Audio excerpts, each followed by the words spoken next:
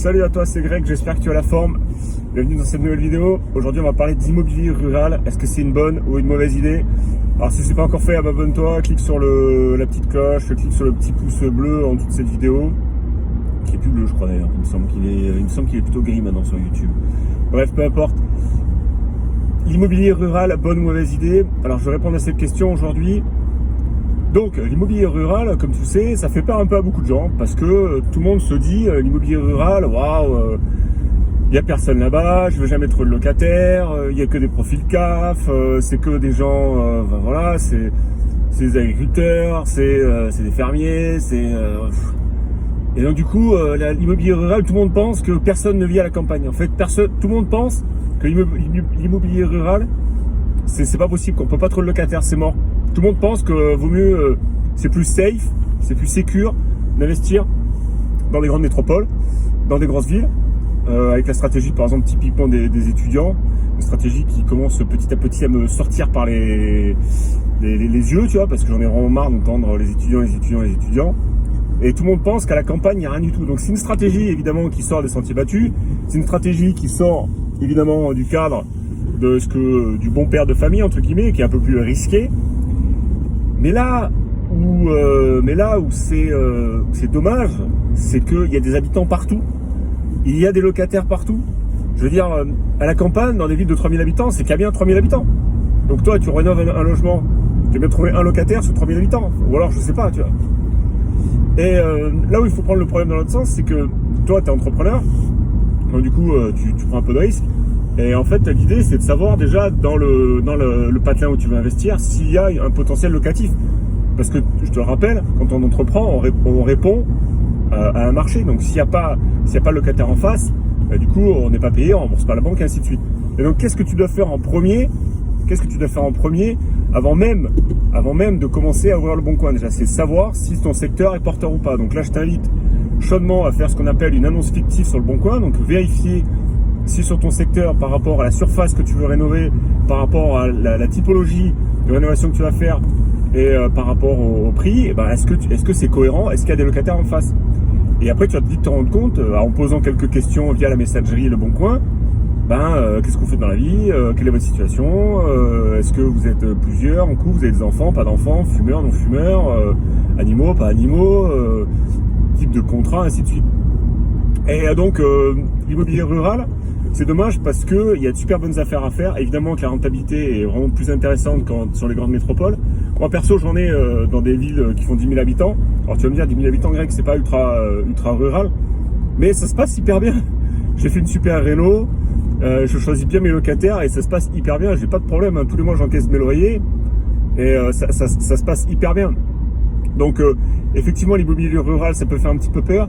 Sauf que, voilà, il y a des habitants partout. C'est que même une ville de 500 habitants, si elle est juste à côté d'une grande métropole ou qu'il y a suffisamment de boulot parce qu'il y a une usine, parce qu'il y a...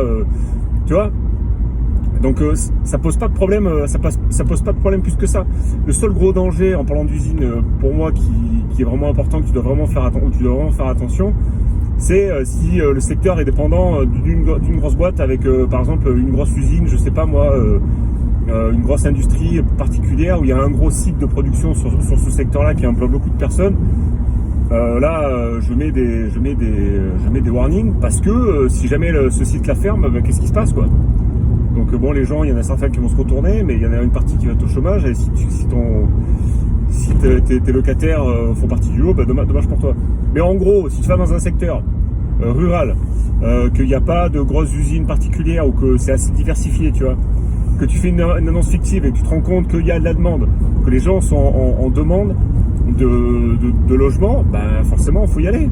Surtout avec des rentabilités relativement importantes parce que tu vas éliminer d'office la concurrence, il va y avoir moins de monde en face de toi qui va vouloir acheter des biens sur ce secteur-là.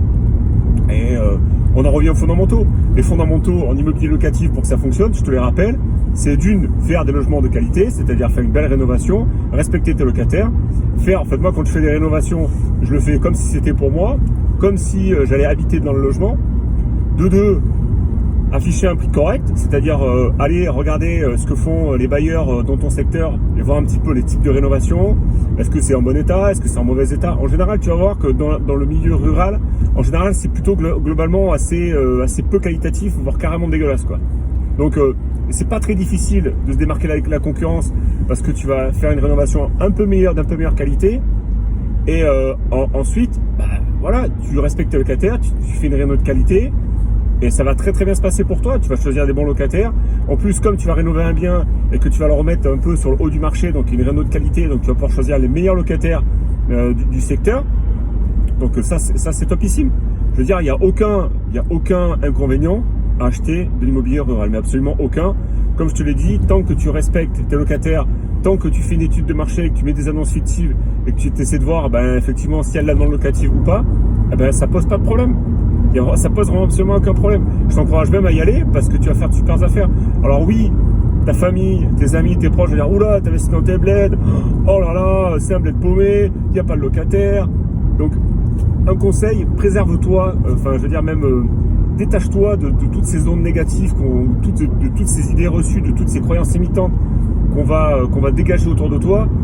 Parce que tu vas voir que moi au début, quand j'ai acheté dans un bled de 10 000 habitants, on m'a dit « Oh mais t'achètes pas là-bas, c'est un bled paumé, il n'y a pas de locataire, c'est que des gens CAF, je te passe les gros mots qui vont bien et tout ça, et donc tu devrais pas y aller. » Ça marche nickel, enfin je veux dire, ça se passe hyper bien, je suis très content. Si je pouvais en avoir 20 logements de plus dans cette ville-là, franchement je serais absolument pas malheureux. Donc bon, et peut-être cette histoire, va acheter de l'immobilier rural, fais ton étude de marché comme il faut, et tu vas voir que c'est vraiment topissime, quoi. Faut faire évidemment des rénovations de qualité. Bon là je me répète un peu sur la vidéo, mais tu vois un peu l'idée, c'est toujours la même, ok. Donc voilà, en plus le gros avantage de l'immobilier rural, c'est que le prix au mètre carré est inférieur sur les grandes métropoles, donc tu as une meilleure rentabilité. Après, le gros inconvénient de l'immobilier rural, à mon sens, c'est les plus-values. C'est-à-dire que quand tu vas faire une rénovation, quand tu vas décider de vendre, tu vas pas faire une grosse plus-value parce qu'on n'est pas sur des grosses métropoles, on n'est pas sur des prix au mètre carré qui sont vraiment intéressants. Mais au moins, le temps de ta détention, tu seras à peu près tranquille, tu auras des locataires de qualité. Donc franchement, ça vaut le coup, quoi. Ça vaut le coup. Après, il faut évidemment viser des rentabilités qui sont vraiment à cash flow positif. Je ne vais pas te faire un dessin. Mais si tu vises des belles rentabilités, tu fais des rénaux de qualité, que tu achètes bien en dessous du prix du marché, ça vaut le coup. Ça vaut le coup de faire peut-être 1 heure, 1 heure et demie. Moi, j'ai même des biens jusqu'à 2 heures de route de chez moi pour faire du locatif. C'est vrai que il faut aller visiter. Donc les visites, évidemment, il faut les faire grouper. Il ne faut pas y aller pour un seul bien. Ensuite, tu vas faire des travaux.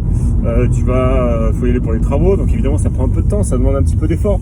Mais une fois que c'est en place, une fois que ça tourne, moi, j'ai certains de mes immeubles où j'ai pas mis les pieds depuis quasiment 1 an parce que les locataires sont en place, parce que ça tourne, il n'y a pas de souci particulier, il y a peu de turnover. En plus, dans les milieux ruraux, évidemment, on peut parler de taille de surface. Évidemment, il faut essayer de viser des surfaces un peu plus grandes. Et encore quoique, c'est une question d'offre et de demande, encore une fois. De viser des surfaces plus grandes à la campagne parce que les gens veulent des jardins ou veulent des grandes terrasses, et ainsi de suite. Ouais, ok, ça a du sens.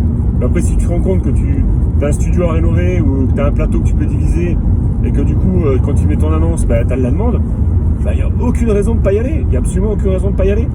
Donc, par pitié, abat ces croyances limitantes. Par pitié, ne crois pas à ce que disent les gens.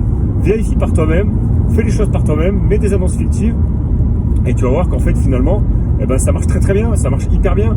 Et il y en a même certains investisseurs qui en ont fait leur spécialité, qui font même exclusivement que ça, parce qu'il y a moins de concurrence, parce que maintenant ils ont du réseau avec les agents immobiliers, parce que les agents immobiliers savent qu'eux ils achètent, et du coup ils prennent tous les biens là-bas, et ok, ils s'assoient un peu sur la plus-value. C'est difficilement compensable avec du cash flow, encore quoique, pourquoi pas si c'est bien acheté. Mais franchement, il n'y a aucune raison de ne pas y aller, quoi. Donc dis-moi dans les commentaires en dessous de cette vidéo si tu achètes de l'immobilier rural ou dans des petites villes. Alors quand je dis petites villes, c'est des villes de 5 000, de moins de 10 000 habitants, c'est-à-dire des bourgades, quoi, 3, 4, 5 000, 8 000 habitants, en dessous de 10 000.